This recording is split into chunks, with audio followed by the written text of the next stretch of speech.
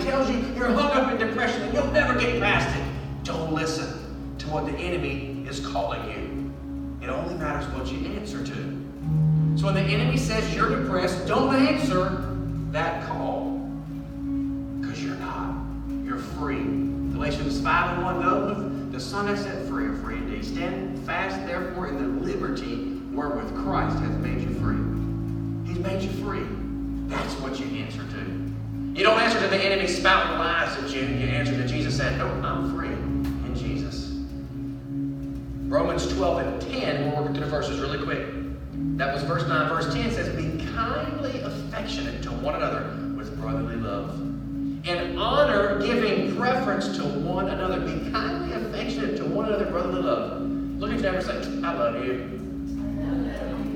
Or your sister beside you there. Tell them. You see, God encourages believers to love other people by showing them honor as an expression of our worship to the God that gave everything for us. The least He asked us to do in this scripture is to honor the people that you come in contact with. But if they treat you wrong, or they say this or act this way, He didn't give any prerequisites of if they act this way or that way, then you show honor. He just said, show them honor. Show them honor. Prefer them first. And God will take care of everything else. You see, part of honoring others and ourselves is establishing proper boundaries. Listen to me, high schoolers. Understand this in a different way. Part of honoring others and ourselves is establishing proper boundaries. Now listen. Boundaries communicate value for what is inside of those boundaries. So listen. If you have several junk cars out in a field, that's called an eyesore. If you put a fence around those cars, then you have a wrecking yard. And if you put a building around those cars, you have a garage. So with each increase of limits, you increase the value of what's on the inside. When you raise the level of what you require before you will allow access, you increase the value of what you have. You're worth way more than you realize you are. Look at your neighbor and say, you're worth a whole lot. You're worth a whole lot. To all who are near, when we send a clear message about the level of value that we have for ourselves, it's by the way we establish boundaries. You need to have a value and a level of who you are. Know who you are in Jesus. You're not what the enemy says you are. You are not what some so-called friends said you are. You're only what you answer to. You are a child of the King. You are a prince or a princess of King Jesus. I said it last week. I'm going to say it again. Look at them and say, you sit beside royalty. All you girls dressed up in a little dress at some point, put your little tiara on. You said, I'm going to be a princess when you was little. Emily still does it. Yeah, I do. Romans 9:11 says, not lagging in diligence, but fervent in spirit, serving the Lord. Serving God regardless. Everybody say regardless. When you serve God regardless of what others do or think, regardless of what you don't have, when you serve God regardless of how you feel, Ian, please sit up. When you serve God regardless, 12 things will happen in your life. God is honored. Jesus is pleased. The Spirit is freed in your life. Satan is infuriated. Your enemies are baffled. Your critics are silenced when you serve God regardless. The church is edified. Fellow friends that are struggling are encouraged when you serve God regardless of your circumstances. They see you still serving and pushing through and think, wow, if they can do it, I can do it. Outsiders are drawn to Jesus. You personally are strengthened. Your reward is great and your reputation goes through the roof when you serve God regardless. God's preparing you this week.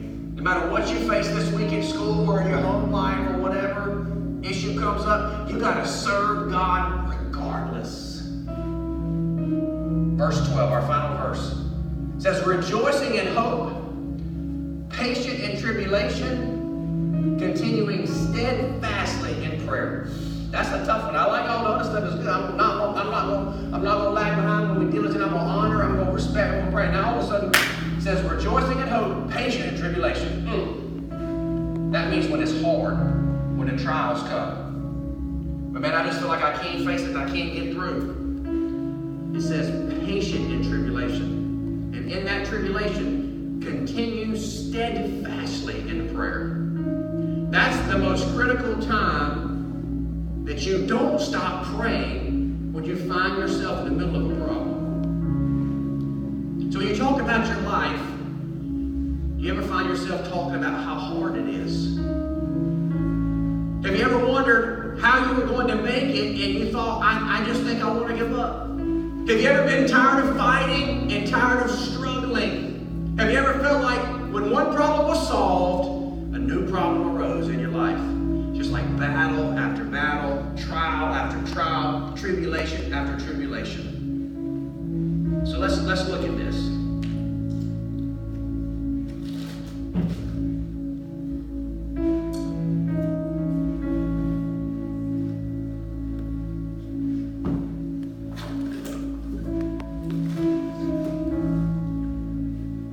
We got 3 pots. This is my pretend stove, okay?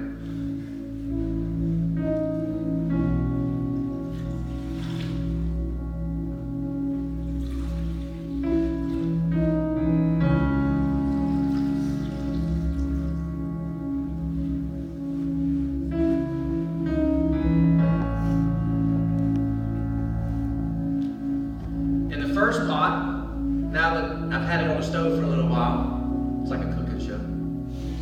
You see me here, then you see me over here, and then I'm at a different level. You're like, wait a minute.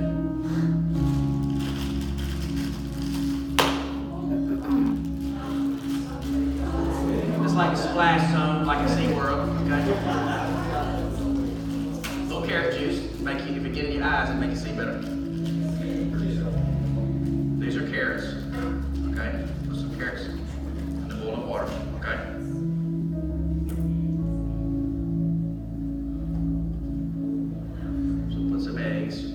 Careful, don't touch the boiling water though, okay? Because it will give you 3rd-degree burns, okay? And then, it's not really how you make coffee, but this works from illustration, okay? Coffee. Yeah. Okay, it's close. I'm not a coffee drinker, but that smells good, doesn't it? You smell it? Come over here and smell it, Kevin. Does that smell good? Okay.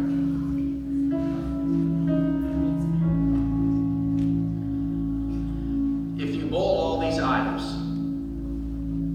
when you finish with the carrots, what happens to the carrots? They get all mushy. Who said mushy? Yes, perfect. They get all mushy. When you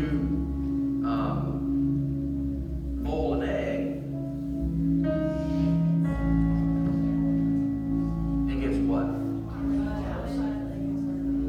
It gets hard, right? Right? And then all of a sudden now it's not runny anymore, right? Boil an egg. And then when you add hot water to your coffee, and all of a sudden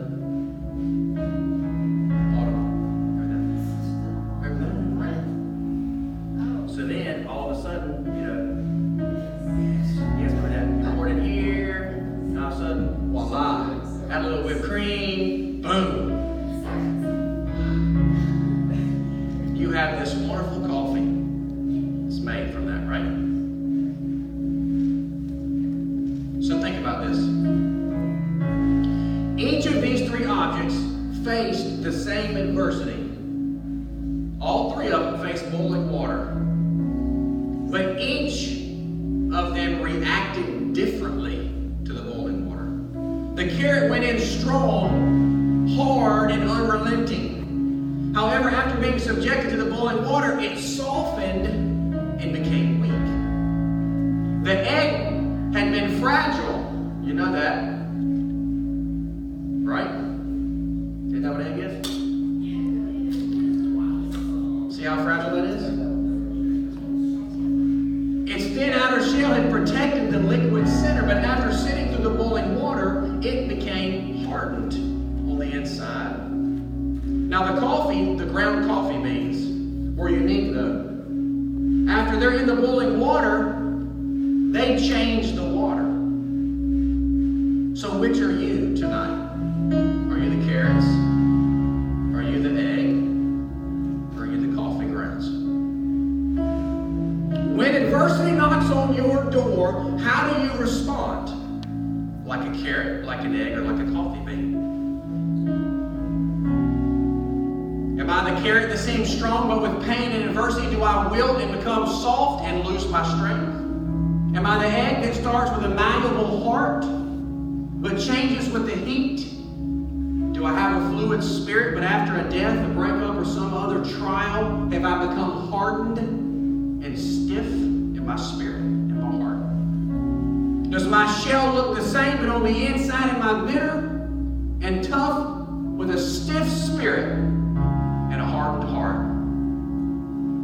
Or am I like the coffee bean? The bean actually changes the hot water. The hot water affected the carrots and made them mushy and soft. The hot water affected the eggs, made the inside hard and stiff. The hot water didn't affect negatively the coffee beans. The coffee beans changed the water. The bean actually changed in that very circumstance that brought the pain.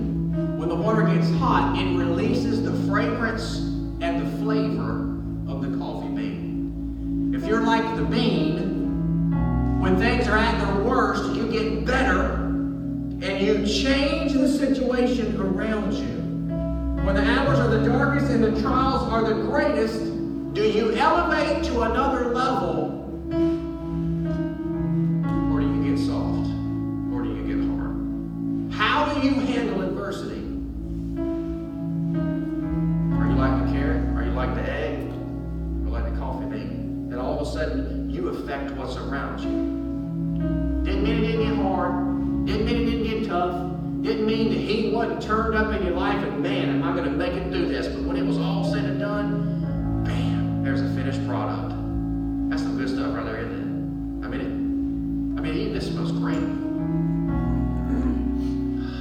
Yes. Doesn't it smell it? Yeah, she's like, it smells really good.